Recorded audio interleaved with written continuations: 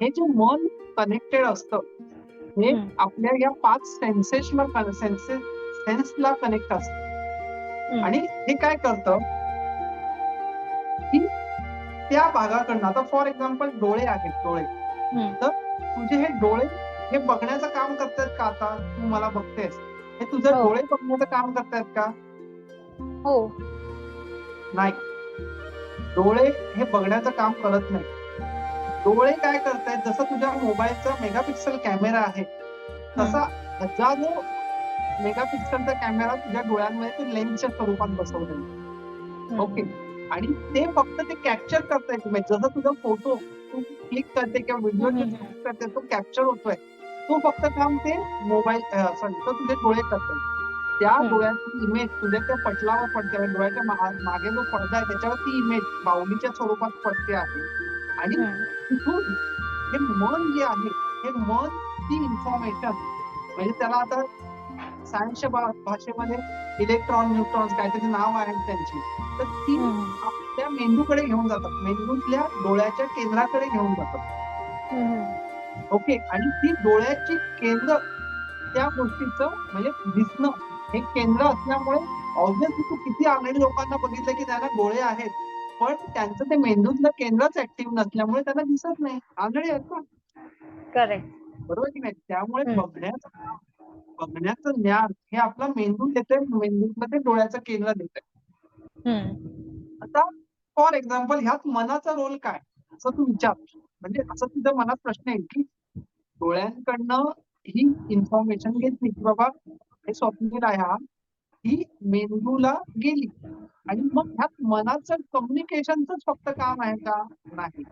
तर ह्या मनाचं फक्त कम्युनिकेशनचं काम नाही, हा जो ही इन्फॉर्मेशन म्हणजे डोळ्याच्या पटलावरची जी इन्फॉर्मेशन मेंदूपर्यंत नेत असतो ना, त्यात भरपूर ऑपरेशन्स करतो. म्हणजे ऑपरेशन म्हणजे काय, डाटा असतो, तो डाटा आहे ना, एक इमेज तुझ्या डोळ्यामध्ये क्रिएट झाली, तो डाटा जेव्हा तो मेंदूला नेतो तेव्हा तो एकदम प्रोसेस करून डाटा मेंदूला देतो, आणि मेंदू त्याच्यावर काय करतो, फक्त निर्णय घेतो. ठीक आहे का? खरंच इम्पॉर्टंट आहे, आणि एकदा हे तुझ्या डोक्यात बसलं की तुझे भरपूर कन्सेप्ट क्लिअर होतील आयुष्यात. तो डाटा, डोळ्याच्या ह्या पटलावर पडलेला डाटा मनाने काय केला, तो नेला, वाहून नेला. जसं मी लाईटीचं बटन दाबलं तेव्हा ट्यूबलाईट लागली, पण ट्यूबलाईट लागण्याच्या मध्ये जी वायर टाकलेली आहे इलेक्ट्रिशियनने, ते इलेक्ट्रिशियन त्या वायरने म्हणजे असे हजार न्यूट्रॉन म्हणजे इलेक्ट्रिसिटी वाहून नेणारे न्यूट्रॉन गेले आणि तिथे ती ट्यूब लागली. बरोबर की? तसंच त्याने डोळ्यांकडनं जी डाटा घेतला तो मेंदूकडे नेण्याचं काम त्या मनाने केलं, आणि मन काय करतं, त्या मनामध्ये अहंकार आणि त्याची साठवलेली इन्फॉर्मेशन, म्हणजे त्यात भावभावना असतात, इमोशन्स असतात, त्यात नॉलेज असतं, तर त्या ह्याच्या बेसिसवर तो काय करतो की ह्या व्यक्तीप्रती, फॉर एक्झाम्पल तू आता रस्त्याने चालली, तुला तेच उदाहरण सांगतो, तू रस्त्याने चालली, तिथून तुझी एक जुनी कॉलेजची मैत्रीण दिसते, येते ना दिसते तुला समोरच्या रस्त्याला, अंबरनाथच्या रस्त्याने तू स्टेशनला चालले, तिथून ती जुनी शाळेतली मैत्रीण किंवा वर्गामैत्रीणच्या कॉलेजची मैत्रीण येताना दिसते, पण त्या मैत्रिणी बरोबर तुझं त्या काळात पटलं नव्हतं, आणि तू तिला जास्त तुझा काहीतरी तुझं वाजलेलं भांडण तू बोलत नव्हतं, त्यामुळे ती आता समोर येते म्हटल्यावर तुझ्या मेंदूने काय केलं, म्हणजे तुझ्या डोळ्यांनी काय केलं, इमेज कॅप्चर केली. ओके, ही डाटा कलेक्ट झाला, आता हा डाटा त्या मेंदूला गेला, पण मनाने काय केलं, मनाने त्याच्या इमोशन्स, त्याच्यातला तो अहंकार भाव ह्या सगळ्याची त्यात सरमिसळ केली. म्हणजे थोडक्यात काय, माझ्याकडे दूध आहे त्यामध्ये मी बोर्नव्हिटा वगैरे सगळं, त्या मनाने त्याच्या इमोशन्स, त्याच्या पूर्वीच्या काय आठवणी किंवा त्याचा जो तुमच्यातला जो अहंभाव ह्या सगळ्याची ओळख केली, आणि एक प्रोसेस डाटा हा मेंदूला दिला की निर्णय की आता मी काय करू. ओके, आणि मग मेंदूने निर्णय घेतला की मला ह्या व्यक्तीला अवॉइड करायचं, मला काय ह्याच्याशी बोलायचं नाही. मग त्या मेंदूने इन्स्ट्रक्शन दिले आपल्या पायाला की बाबा आता तू रस्ता बदल, दुसऱ्या गल्लीत जाऊन तिला कल्टी दे.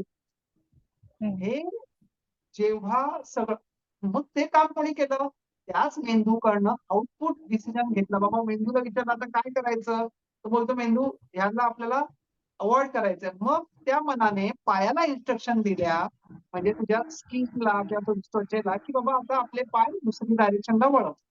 दुसरं उदाहरण, आता त्याच्या पुढे चौकात, पुढच्या चौकात गेली अंबरनाथच्या आणि तुला तुझी जुनी मुलं मैत्री भेटली. खूप लांब आहे, पण तिला बघता क्षणी सेम प्रोसेस घडली, की तू तिला बघितलं, डोळ्यांनी कॅप्चर केलं, की तुझी एकदम जीवाभावाची मैत्रीण आहे, किती वर्ष भेटली नव्हती, लग्न झालंय, आता कुठे कधी, मग तुला काय करतो काय झालं, आणि मग त्या मेंदूला त्या सगळ्या भावना मिक्स करून एक डाटा दिला, अरे हिच्या कोणतं आपल्याला भेटायचं, कॉफी प्यायची, गप्पा मारायच्या. मग त्या मेंदूकडनं आउटपुट डिसिजन घेतलाय, की तू तुझ्या पायाचा स्पीड वाढव आणि तिला कॅच कर आणि तिच्याबरोबर कॉफी प्या.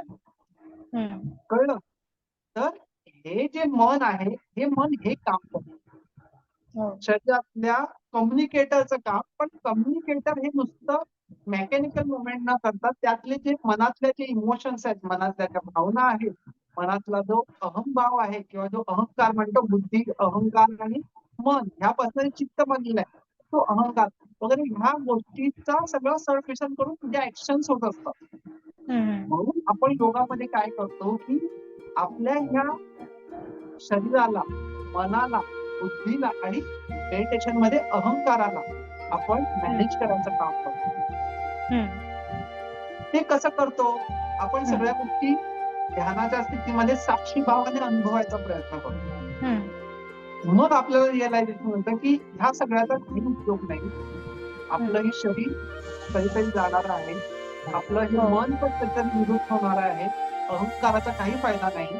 आणि ह्या देहाचं पण नाही. आपलं काम काय, आपण ह्या जगामध्ये एंटिटी म्हणून आलेलो आहे, की इथे आपलं कर्म करणं हे आपलं काम आहे.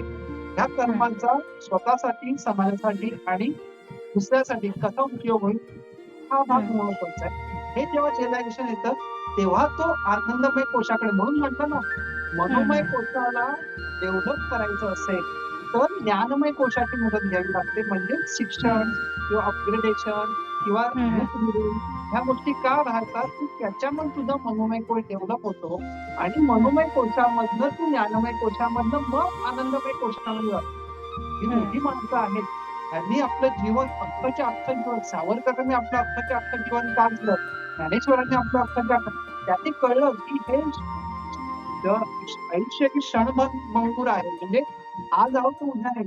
तर ह्या ह्याच्यात आपल्याला काहीतरी एक ठेवा, आलोय आपण काहीतरी जगायचं, नुसतं श्वास प्रश्वास घेत राहायचं नाही, तर आपल्याला काहीतरी करायचं. पण ते करायसाठी पण आपला स्वार्थ बघायचा की दुसऱ्याचं हित, त्या गोष्टींचं नॉलेज घेत आपण आनंदमय कोशाचं. ओके, म्हणून ते मनोमय कोशाचं कार्य समजलं नव्हतं. ओके, तर हे मनाचं कार्य आहे. क्लिअर झालं? हो.